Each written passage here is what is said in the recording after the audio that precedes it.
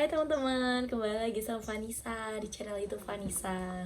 Kita lama banget ya nggak ketemu. Kira-kira aku buat video sharing-sharing kayak gini lagi tuh udah 1 bulan yang lalu ya. Jadi benar-benar lama banget.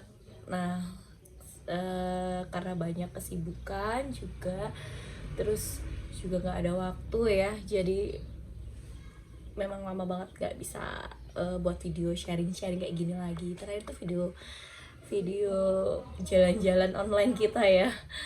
Nah, untuk video kali ini kita tuh akan memulai lagi. Kita akan sharing-sharing kembali tentang pengalaman Vanessa, tentang informasi-informasi dari program internship yang Vanessa jalani saat ini, yaitu Kriya Mandiri kayak gitu. Vanessa tuh seneng banget ya dengar kabar dari kalian yang saat ini tuh lagi kayak ikut tes psikotes, lagi panggilan psikotes, terus yang udah dikabarin kalau kalian tuh memang lolos, sudah sampai tahap pusat, terus juga sudah bekerja, sudah diterima. Seneng banget. Dan alhamdulillah juga Vanessa tuh seneng kalau kalian tuh mau sharing-sharing kayak gitu ke Vanessa. Nah, tapi juga ada beberapa teman-teman yang padahal Vanessa tuh udah bahas kayak jangka waktu dari panggilan tes pertama ke tes kedua ke tes psikotes, itu udah pernah Vanessa bahas ya di yang video pertama Vanessa yang ini gitu. Tapi masih banyak juga teman-teman yang kayak masih tanya-tanya kayak gitu, apa yang kurang jelas atau gimana kayak gitu. Tapi nggak apa-apa sih, tapi mohon maaf juga ke teman-teman kalau misalnya Vanessa itu balas DM, balas komen, balas pesan kalian tuh lama, bahkan nggak dibales karena emang banyak juga yang tanya, terus pesannya numpuk juga. Terus kan aku nggak terlalu update juga di Instagram ya, jadi nggak terlalu kayak sering buka Instagram kayak gitu, karena kan punya kesibukan sendiri-sendiri juga. Nah, tujuan Vanessa membuat video-video ini tuh juga mau kayak sekalian menjawab beberapa pertanyaan dari teman-teman, sekalian meluruskan dari apa yang pernah Vanessa buat sebelumnya. Nah, salah satunya tuh dari salah satu komen, nanti tak taruh sini deh coba. Nah, tak taruh sini ya, itu komen tentang kayak lulusan syarat menjadi Kriya Mandiri. Nah, sebelumnya di video sebelumnya yang Vanessa bahas-bahas ini, itu Vanessa tuh udah jelasin kalau bisa sewaktu-waktu itu bisa berubah. Jadi nggak monoton, nggak bukan monoton ya sebenarnya, nggak cuma klasifikasi itu aja yang selalu dijadikan pedoman untuk bisa mendaftar ke Kriya Mandiri. Jadi suatu saat itu pasti ada upgradean dari perusahaan tentang lulusan dari Kriya Mandiri ini. Syarat misal dari umur, dari tinggi badan, terus dari lulusan, terus pendidikan kayak gitu. Jadi bisa update sewaktu-waktu teman-teman kayak gitu. Nah, kita nggak usah lama-lama ya, langsung aja kita ke topik aja. Nah, untuk video kali ini aku mau membahas tentang upgradean syarat jadi Kriya Mandiri. Nah, sebelumnya itu ini udah aku pernah post di video short aku yang sebelah sini ya. Nah, itu ada beberapa klasifikasinya. Tetapi sebelum aku upload yang ini, aku tuh juga upload yang video sebelumnya, yang tadi loh. Yang tadi tentang syarat Kriya Mandiri kayak gitu. Jadi untuk 2023 ini aku mau buat updatean syarat menjadi Kriya Mandiri di tahun 2023 gitu. Sebelum kita masuk ke videonya, jangan lupa di subscribe terlebih dahulu ya teman-teman, dan juga di like juga. Nah, pada dasarnya perusahaan itu akan selalu mengupdate untuk klasifikasi dari calon pegawainya ini ya. Jadi nggak monoton atau nggak start di persyaratan itu aja. Nah, kalau di tahunku, di tahun 2020 itu syarat menjadi Kriya Mandiri itu masih kayak bisa lulusan SMA ya, bisa lulusan SMA, terus tinggi badannya wanita itu masih 158. Tapi kalau sekarang kan udah diupdate juga, udah update dari lulusannya, dari tinggi badannya, dari soft skillnya kayak gitu, sudah diupdate semua. Jadi pasti lebih ketat juga untuk perusahaan mencari sumber daya manusianya kayak gitu, ataupun calon pegawainya. Tapi hal ini juga nggak memungkirin bahwa yang lulus di sebelum tahun 2003 ini itu juga memiliki potensi-potensi yang baik juga ya.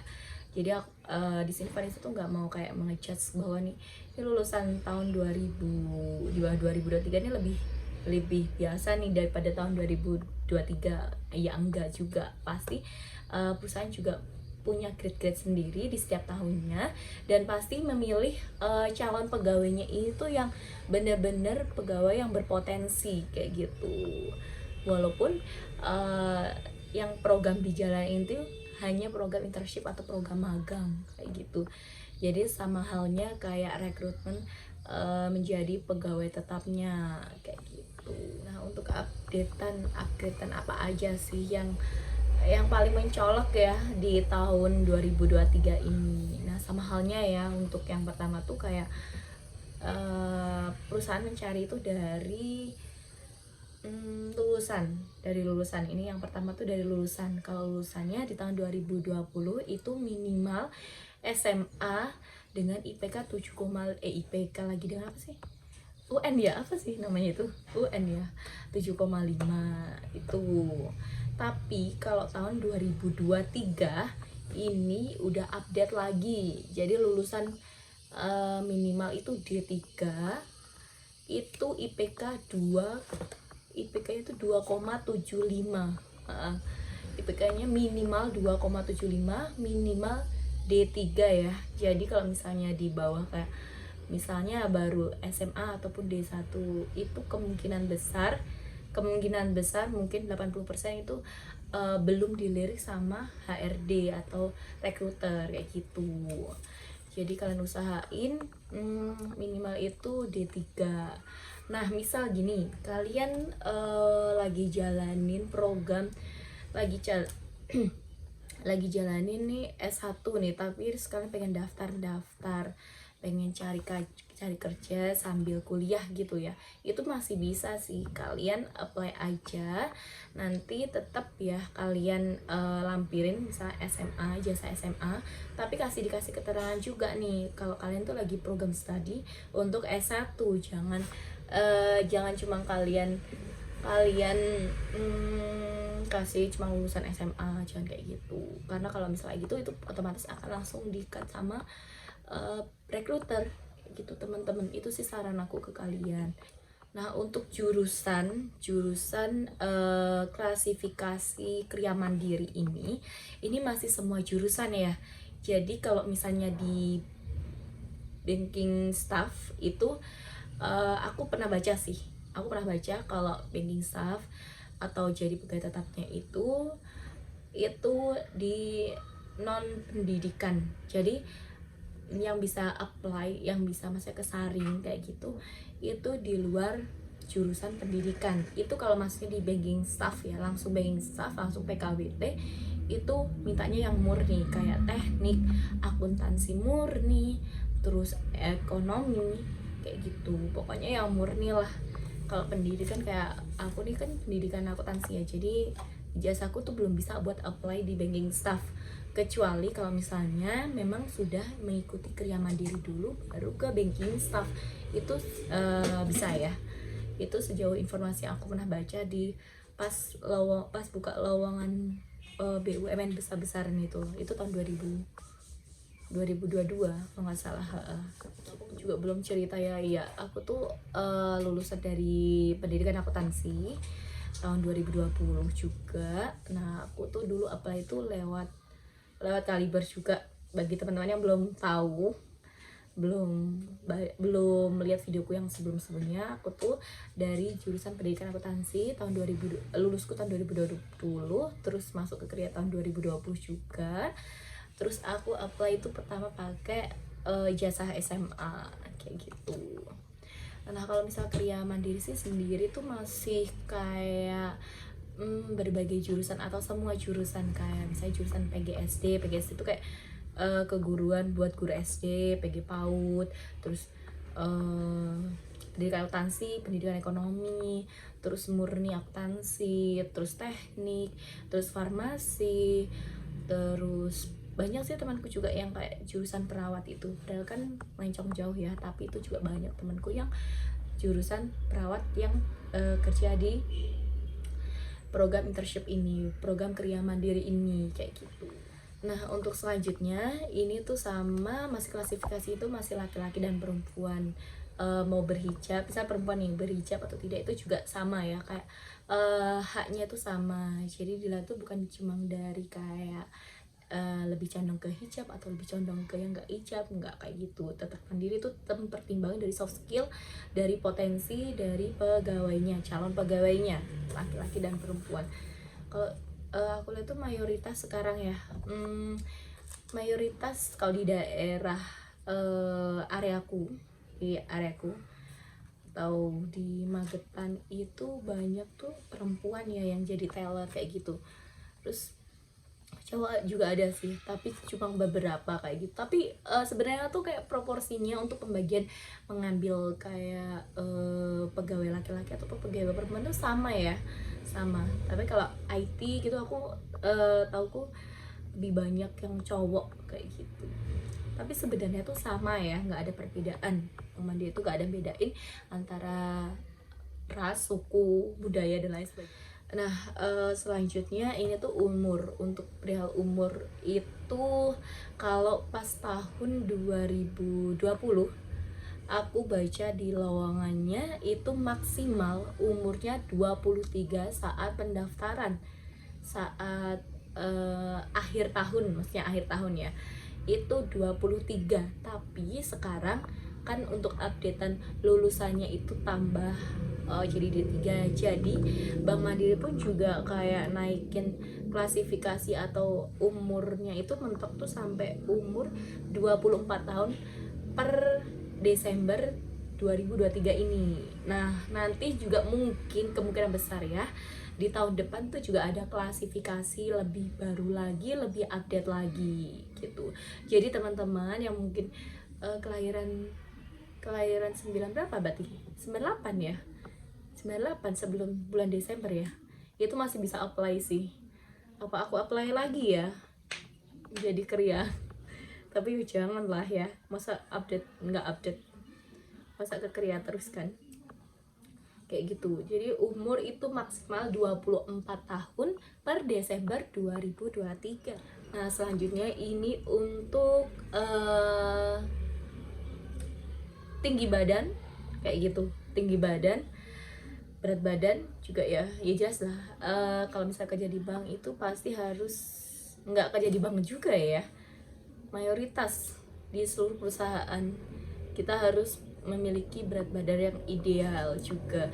Tapi nggak memungkiri juga nih ada yang misalnya agak sedikit nggak ideal, misalnya di bawah ideal itu bisa diterima, ataupun di overweight itu juga bisa terima, nggak memungkiri juga kayak gitu kan. Itu tergantung juga soft skill diri kita, terus bagaimana kita kayak meyakinkan rekruter kalau kita tuh pantas nih buat kerja di sini kayak gitu. Selanjutnya ya untuk berapa sih tinggi badan kayak minimal untuk laki-laki dan juga perempuan dalam klasifikasi mengikuti Kriya Mandiri ini. Nah, untuk kalau perempuan itu sekitar 160 cm itu batas minimal ya.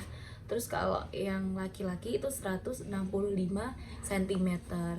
Tapi aku juga menekanin ke kalian juga bahwa lulusan tahun kemarin, tahun 2022 ya mungkin belum update ya, jadi masih ada sih yang di bawah 160, ada beberapa temanku gitu. Jadi pintar-pintarnya kita juga dalam kayak mengemas kekurangannya kita. Misalnya kita juga kalau kita kurang memenuhi klasifikasi di tinggi badan, cobalah kalau misalnya pakai H itu yang tinggi, yang 10 cm itu bisa. Kayak itu kan bisa nutupin ya, misalnya tingginya 158, nanti ditambah 10 cm berarti kan 168 ya. Nah, itu juga bisa. Karena kalau pas aku tes kemarin, tuh nggak kayak real dihitung gitu loh. Nggak kayak real dihitung, jadi kayak kayak ya udah diliatin aja nih ideal apa enggak nih, proporsional atau enggak ini calon pegawai kita kayak gitu. Nah, untuk berat badannya, kalau berat badannya itu aku sempat kemarin tuh juga cari-cari di Google juga ya, berat badan yang ideal tuh berapa kayak gitu. Sebenarnya tuh kalau berat badan ideal tuh kalau misalnya kita tuh lihat itu nggak overweight ataupun nggak kekurusan kayak gitu loh, nggak kekurusan atau nggak kelebihan kayak gitu, atau pas gitu loh kan, kayak gitu tuh kayak ideal. Tapi kalau misalnya berdasarkan perhitungan yang aku baca di mana, di Google itu, coba deh nanti aku kasih di sini ya untuk perhitungannya ya, ini ya. Nah, itu beratnya tuh 100, tinggi badan dikurangi 100 dikali berapa sih nih? Dikali kalau cewek itu 15%. Hasilnya sekali 15%. Coba nanti aku taruh di sini aja deh. Kayak gitu. Terus nanti kalau misalnya kasih toleransi itu di atas 10 kilo sama di bawah 10 kilo. Di atas 10 kilo, di bawah 10 kilo. Pokoknya itulah. Kalau aku tuh tinggiku 165, berat badan untuk saat ini itu 60 kilo. Jadi kelebihan 5 kilo ya kalau aku perhitungan gitu. Nah juga kalian tuh paling pokok sih sebenarnya kalau misalnya dalam mengikuti tes-tes kayak gitu, kalian harus kayak mempersiapkan betul-betul bagaimana cara kalian, posisi kalian dalam menghadapi HRD, cara ngomongnya kayak gimana. Terus kalau misalnya ditanyain mau penempatan di mana, kalian tak jawab aja kayak penempatannya tuh siap ditempatkan di mana saja. Yang penting kan kita masuk dulu ya, mau kita tempatkan di mana itu kan nanti dipikir belakang gitu loh. Kan pasti juga nggak mungkin kalau untuk instansi ini di Mandiri itu kayak ngelempar calon pegawainya tuh jauh dari rumah, itu nggak mungkin. Yang pertama yang dipertimbangin itu dari kayak tempat terdekat atau cabang terdekat yang membutuhkan posisi kerja mandiri. Kalau misalnya agak jauh nih, misalnya aku di Magetan, nah aku tuh di Magetan tuh nggak ada posisi kerja mandiri, jadi aku dilempar di beda kota kayak di Madiun ataupun di Ponorogo kayak gitu. Pasti ada kok setiap tahunnya juga untuk posisi kosong itu. Dan untuk pendaftaran kerja mandiri itu dibuka sepanjang tahun ya.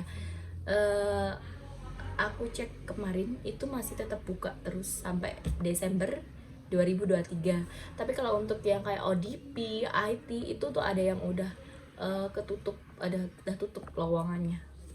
Nah untuk cara apply-nya itu kan udah aku pernah juga jelasin, udah aku sharing bagaimana cara apply aku. Tapi kemarin aku sempat ketemu teman-teman, aku tanya tuh teman-teman tuh gimana sih cara daftarnya kalian dulu. Kalau aku kan lewat website, lewat Mandiri Karir, lewat Kaliber kayak gitu. Kalau teman-teman tuh ada yang kayak dia tuh langsung apply-nya ke cabang,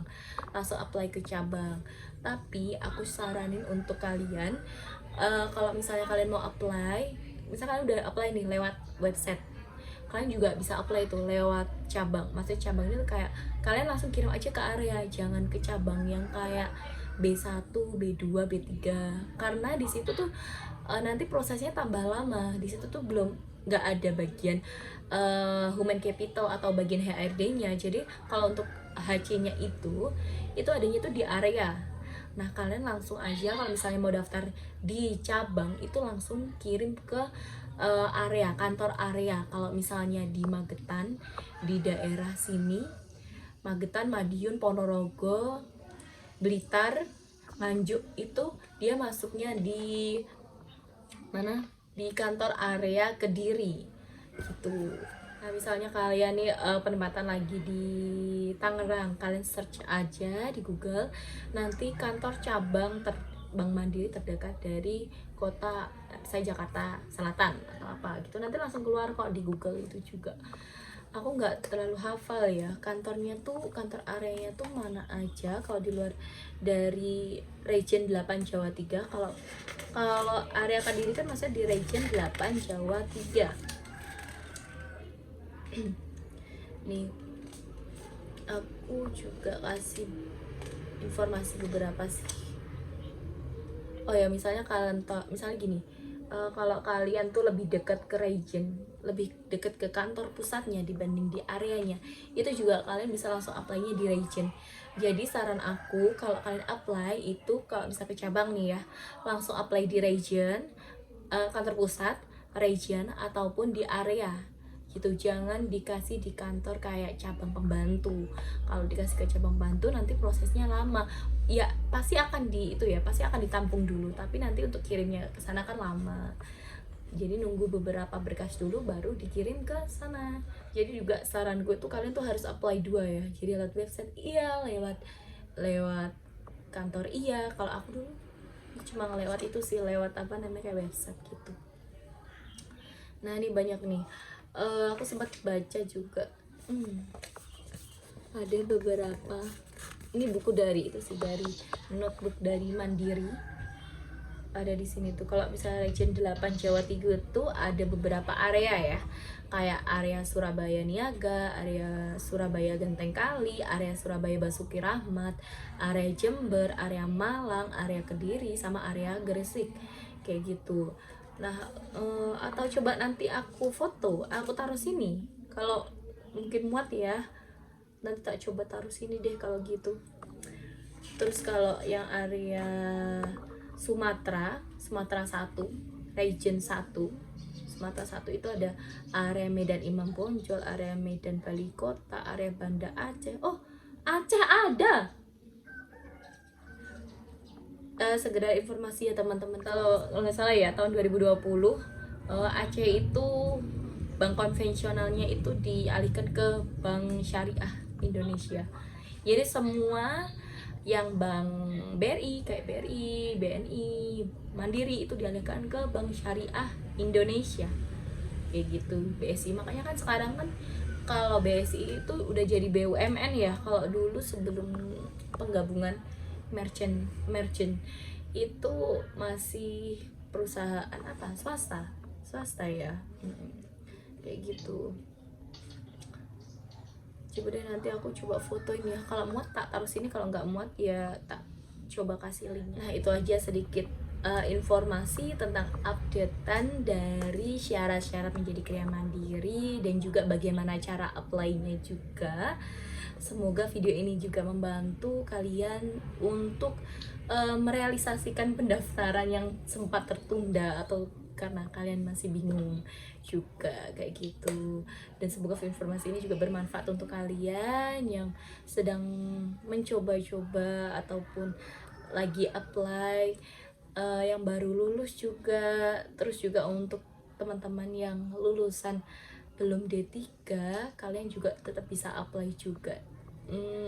Dicoba-coba aja nggak apa-apa sih. Misalkan lagi studi, kalian coba-coba, siapa tahu kan rezeki kan ya kan, kayak gitu. Nah itu sedikit video dari Vanessa, semoga bisa membantu kalian juga. Kalau misalnya kalian suka sama video ini, jangan lupa di subscribe dan juga di like serta di komen ya. Bisa di share juga ke teman-teman yang memang sedang membutuhkan informasi seperti ini. Terima kasih sebelumnya and see you next time. Bye bye.